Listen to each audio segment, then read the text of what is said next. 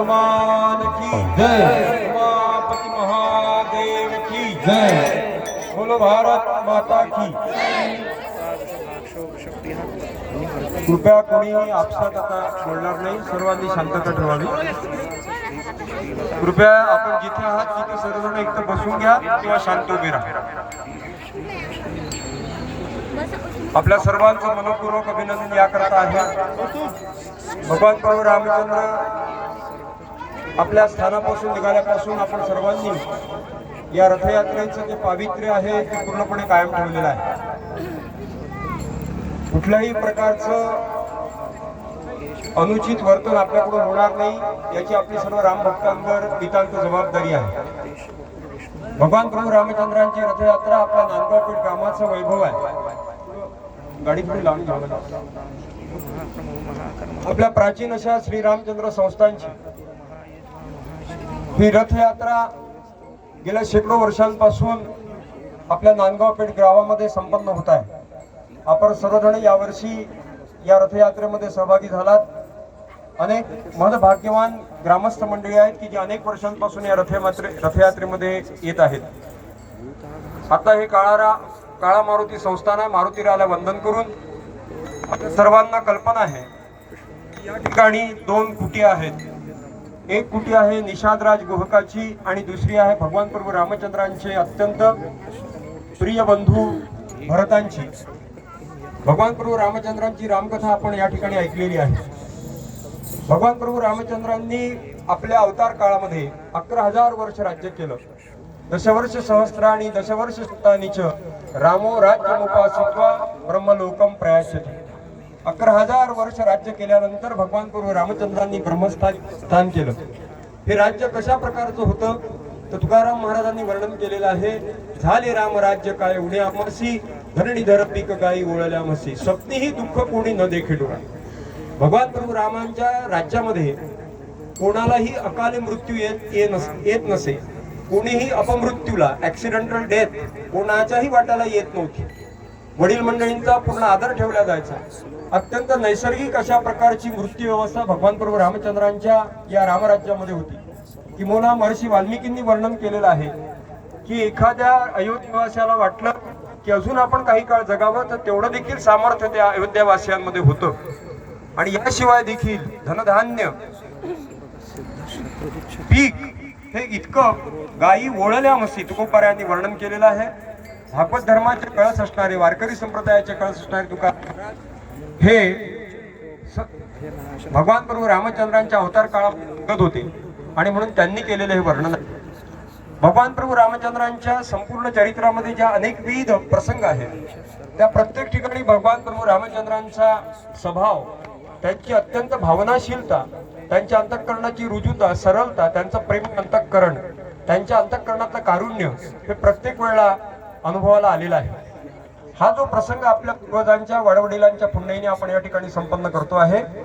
हा प्रसंग आहे निषादराज गुहक आणि भरताशी भगवान प्रभू रामचंद्रांची भेट होते. ही भेट तेव्हा होते भगवान प्रभू रामचंद्रांना वनवास झाला 14 वर्षाचा आणि राज्याभिषेक भरताचा करावा इथपर्यंतची कथा आपल्याला माहित आहे. भगवान प्रभू रामचंद्र राजा दशरथांच्या आज्ञेप्रमाणे वनवासामध्ये गेले. भरत आपल्या आजोबा अशुपतींकडे होते. तिथून ते आलेत आणि जेव्हा अयोध्येमध्ये त्यांना असं कळलं की आपले बंधू, त्यांना ते रामदादा म्हणत असत, हे वनवासाला गेले आहेत आणि आपल्याला राज्यकारभार सांभाळायचा आहे, आपल्याला राज्याभिषेक होणार आहे, त्याचं त्यांना प्रचंड दुःख झालं. आणि त्यांना असं वाटलं की त्या वाईट घटनेचा माझ्यामुळे हे सगळं होत आहे. त्यामुळे त्यांनी त्या सर्व गोष्टी अत्यंत मनापासून नाकारल्या आणि त्यांना सगळ्या अयोध्येवासियांना, ज्या सगळ्या अयोध्येवासियांची देखील भरतावर अत्यंत नाराजी होती. त्यांना असं वाटलं की भरताने काय केलं, पण भरताने त्यांना विश्वास दिला की मला हे अजिबात मान्य नाही.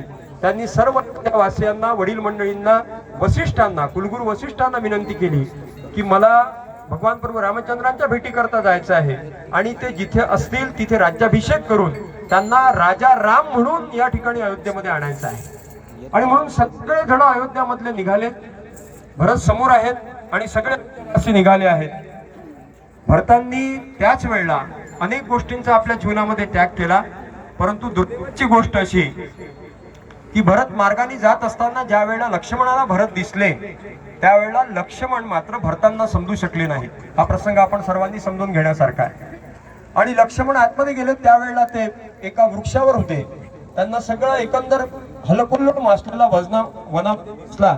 आणि याचं कारण काय आहे तर कोणीतरी तिकडून प्रचंड चतुरंग सेना घेऊन येत आहे असं त्यांना कळलं. आणि जेव्हा त्यांना हे कळलं त्यांना असं कळलं की भरत येत आहे. लक्ष्मण आतमध्ये गेले, त्यांनी शस्त्र घेतले आणि ते लढण्याकरता सज्ज झाले. भगवान प्रभू रामचंद्रांनी हे पाहिलं. आपण लक्षात घ्या, हा संवाद फार महत्वाचा आहे. महर्षी वाल्मिकींनी वर्णन केलेलं आहे की ज्या वेळेला भगवान प्रभू रामचंद्रांनी ते बघितलं, भरताचंही रामावर प्रेम आहे आणि लक्ष्मणाचंही रामावर प्रेम आहे. परंतु लक्ष्मणाचं प्रेम असं आहे की ते रामाच्या विरोधात जो त्याच्या पूर्णपणे विरोधात आहे. आणि म्हणून जर भरत आपल्या रामाच्या विरोधात असेल तर त्याला मी आता संपून टाकेन अशा प्रकारचा निश्चय लक्ष्मणाने त्या ठिकाणी केलेला आहे. रामाने लक्ष्मणाला विचारलं, लक्ष्मणा इतक्या त्वरेने येऊन हे सगळं शस्त्रसज्ज होण्याचं कारण काय आहे? लक्ष्मणाने सांगितलं की तो कैकेयीचा बेटा तो भरत या ठिकाणी येतोय. आता चित्रकूट मध्ये तो आता संपला म्हणून समजा. रामाला अत्यंत वाईट वाटलं आणि रामाने त्या ठिकाणी उपदेश केला की भरता लक्ष्मणा हे लक्षात घ्या की भरत जर या ठिकाणी येत असेल तर तो कधीही लढण्यासाठी येणार नाही.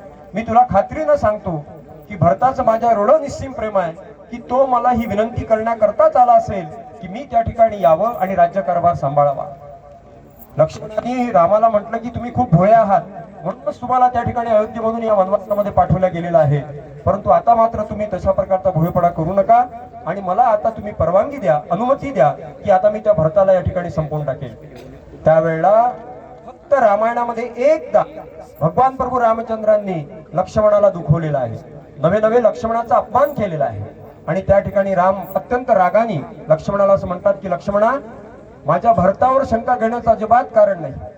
आणि तुलाच जर राज्य पाहिजे असेल, काय तू राज्याला लावलेला आहे, आणि तुला जर राज्य पाहिजे असेल तर जा, मी भरताला सांगतो तो आजही तुला अयोध्येचं राज्य देईल. पण भरताविषयी अशा प्रकारचा भाव कोणाच्या अंतःकरणात निर्माण झालेला मला कदापि आवडणार नाही. मंडळींनो, आपण लक्षात घ्या, आपण सर्व राम भक्त मंडळी, भारतीय संस्कृतीचे उपासक. हा उत्सव नुसता एक जल्लोषाचा उत्सव नाही, ही रामकथा जीवनाची प्रशिक्षणाचा उत्सव आहे. जीवनामध्ये शिकवण देणारा हा उत्सव आहे, जीवनाची प्रशिक्षण शाळा आहे. आणि त्या ठिकाणी भगवान प्रभू रामचंद्र लक्ष्मणाचा अपमान करतात. वस्तुतः आपण लक्ष्मणाचं चरित्र जर बघितलं तर ज्या वेळेला भगवान प्रभू रामचंद्रांना वनवास झाला त्यावेळेला लक्ष्मण आपल्या पत्नीला देखील भेटले नाहीत आणि 14 वर्षपर्यंत वनात आले. त्या लक्ष्मणाचं भगवान प्रभू रामचंद्रांवर किती प्रेम असेल आणि रामांना तरी त्यांना दुखवलेलं आवडलं असेल का? परंतु भरताविषयीचा भाव व्यक्त करण्यासाठी रामांनी त्या ठिकाणी लक्ष्मणाला म्हटलं. लक्ष्मण म्हणाले की ठीक आहे, आपण म्हणता तर मी शांत बसेल. आणि भरत जेव्हा यायला लागले, मंडळींनो, सगळ्या महर्षी वाल्मिकींनी तुलसीदासांनी वर्णन केलेलं आहे. भरत अक्षरशः जमिनीवर लोटांगण घालत जेव्हा त्यांना दिसले की आपला रामदादा या ठिकाणी निवास करतोय, त्या ठिकाणी यायला लागले. त्यांची ती शोकविवल अवस्था पाहून लक्ष्मणांचा देखील गैरसमज दूर झाला. लक्ष्मण समोर गेले आणि त्यांनी भरताला वंदन केलं. भरताने म्हटलं की अरे लक्ष्मणा, मी फक्त वयाने तुझ्यापेक्षा मोठा आहे, परंतु रामाची सेवा तू करतोय, तू माझ्यापेक्षा पूज्य आहेस. लक्ष्मणाच्या अंतःकरणातला गैरसमज दूर झाला. भरत रामासमोर गेले आणि रामाला सांगितलं की आपण अयोध्येमध्ये चला, माझ्या समवेत सगळे जण आलेले आहेत, आपल्याला प्रार्थना आहे. त्यावेळेला रामाने सांगितलं की भरता, मला अयोध्येमध्ये येता येणार नाही, 14 वर्षाचा वनवास मला या ठिकाणी आहे. आपण अत्यंत संक्षेपाने मी आपल्याला सांगतो की त्या ठिकाणी भरत आणि भगवान प्रभू रामचंद्रांमध्ये 3 दिवसपर्यंत चर्चा झाली. रोज सकाळपासून सायंकाळपर्यंत चर्चा व्हायची. भरतांच्या बाजूनी सगळे जण आणि एकटे राम फक्त उत्तर द्यायचे आणि सगळे भरताचे जे युक्तिवाद आहेत ते खोडून काढायचे. त्या ठिकाणी शास्त्र काय आहे, धर्म काय आहे, भरत देखील अभ्यास करायचे आणि सांगायचे की मला जर राज्य दिलं तर मी तुम्हाला राज्य देतो आहे. तेव्हा राम म्हणायचे की भरता, तुझे राज्य जर तुझी खूपच इच्छा असेल तर 14 वर्षानंतर तू मला उपहार म्हणून जर दिलं तर मी घेईल, पण 14 वर्ष मात्र राज्य तुला सांभाळायचं आहे. भरत असं म्हणाले की दादा, ज्या कैकेयी मातेच्या मुळे तुम्हाला वनवास झाला ती कैकेयी माता देखील आलेली आहे. रामाने त्यावेळेला सांगितलं की भरता, यानंतर कैकेयीमुळे मला वनवास झालं असा उल्लेख केलेला मला अजिबात आवडणार नाही. मी तुम्हाला सांगतो की मी 14 वर्ष वनवासात असताना कोणी माझ्या कैकेयी मातेला दुखवलेलं देखील मला आवडणार नाही. आणि म्हणून त्यानंतर भरत असं सांगतात की आता बाबा राहिलेले नाहीत आणि पुन्हा राम सांगतात की आता बाबा जर राहिलेले नाहीत तर त्यांच्या आज्ञेचं पालन करणं हे माझं जास्त कर्तव्य आहे. सगळा विषय आपल्याला विस्ताराने समजून घेणं शक्य नाही, परंतु संक्षेपाने या ठिकाणी ते समजून घेतलं पाहिजे. सगळ्यात शेवटी भरत रडायला लागतात आणि अत्यंत शरणागत होऊन भगवान प्रभू रामचंद्रांच्या पायावर मस्तक ठेवतात आणि सांगतात की मी आपल्याशिवाय राहू शकत नाही, आपल्याशिवाय अयोध्येचं राज्य करू शकत नाही. आता माझी आपल्याला एकच प्रार्थना आहे, एक तर आपण चला, नाहीतर आपल्या पादुका मला द्या. त्या पादुकांचं मी स्थापन करेल, त्या पादुकांना राज्याभिषेक करेल आणि त्या पादुकांचा सेवक म्हणून, अयोध्येचा राजा म्हणून नव्हे तर अयोध्येचं राज्य सांभाळेल आपला सेवक म्हणून.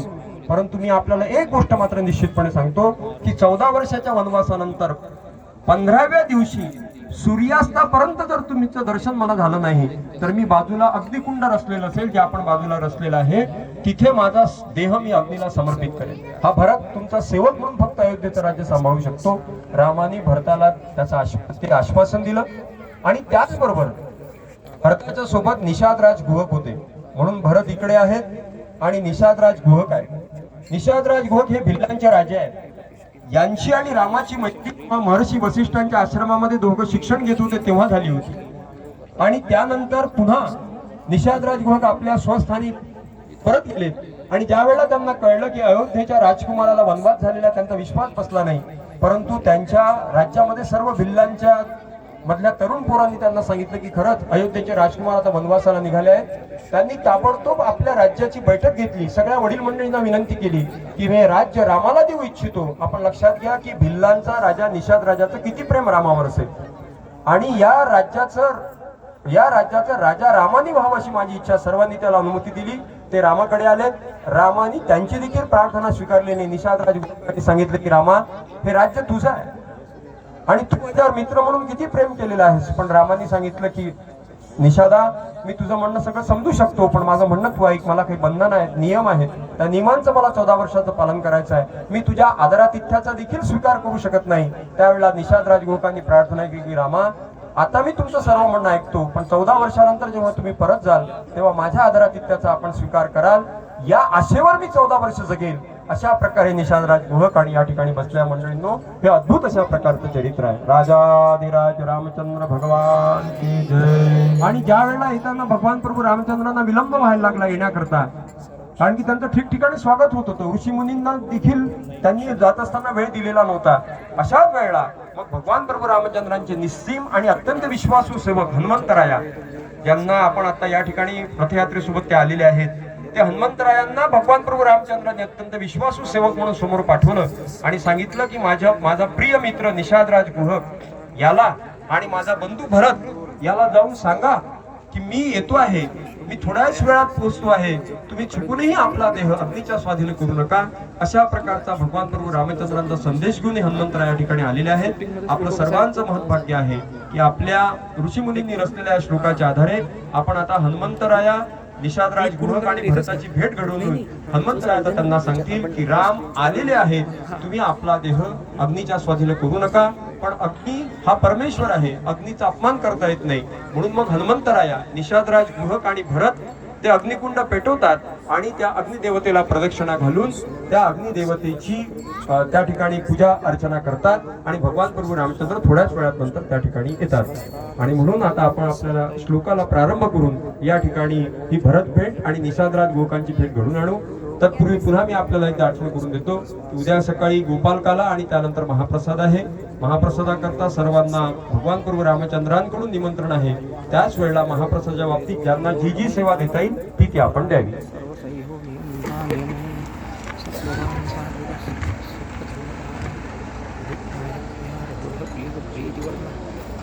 वंदोनिया श्री रघुराज पाया, रामानुजा भेटीचिया उपाया, केले असे ते श्रवणी धराया, नकाव्रता हो भ्रमु अडवाया, अहंकार तो मारिला लंकानाथ, हरीने त्वरे लोक केले स्वनाथ, स्वभक्ता प्रतिदान देऊन लंका, जनाचे शुदे राहिले कलंका, चितशक्ती ज्ञान की सहतुज सर्व सेना, स्थानी वसोनी रघुवीर निजे दिसेना, आकाश पंत क्रमुनी मुनीच्या मनीचा संकल्प पूर्ण करी पालक जो जगीचा पवन तनय मग रामे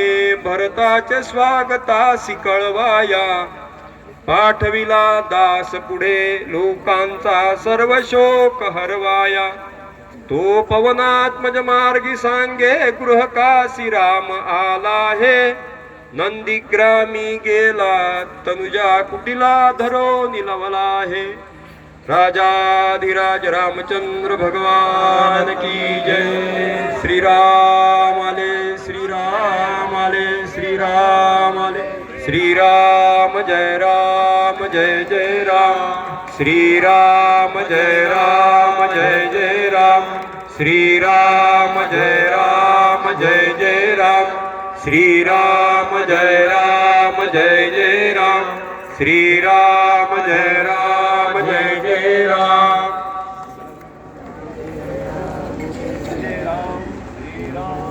एरीकडे भरत तो दिनमान मोजी वर्षे बहुक्रमियले हरिकानेजी टाकोनिया तनुज जो पाहू निरामा ऐसा मनी धरितसे बहुदा विरामा अग्निकुंड हो भरत तो रची राम दर्शना लागली रुची प्राण द्यावया सिद्ध जाहला तत्क्षणीच तो अग्नि पेटला प्रदक्षिणा करी ठाकला उभा भेटी दे म्हणे लक्ष्मी वल्लभा नेत्र झाकुनी ध्यान तो करी वदत राघवा तारी लवकरी राजाधिराज रामचंद्र भगवान की जय। पवन सुत हनुमान की जय। श्रीराम आले श्रीराम आले श्रीराम आले श्रीराम जय जय राम श्रीराम जय जय राम श्रीराम जय जय राम श्रीराम जय जय राम श्रीराम जय जय राम श्रीराम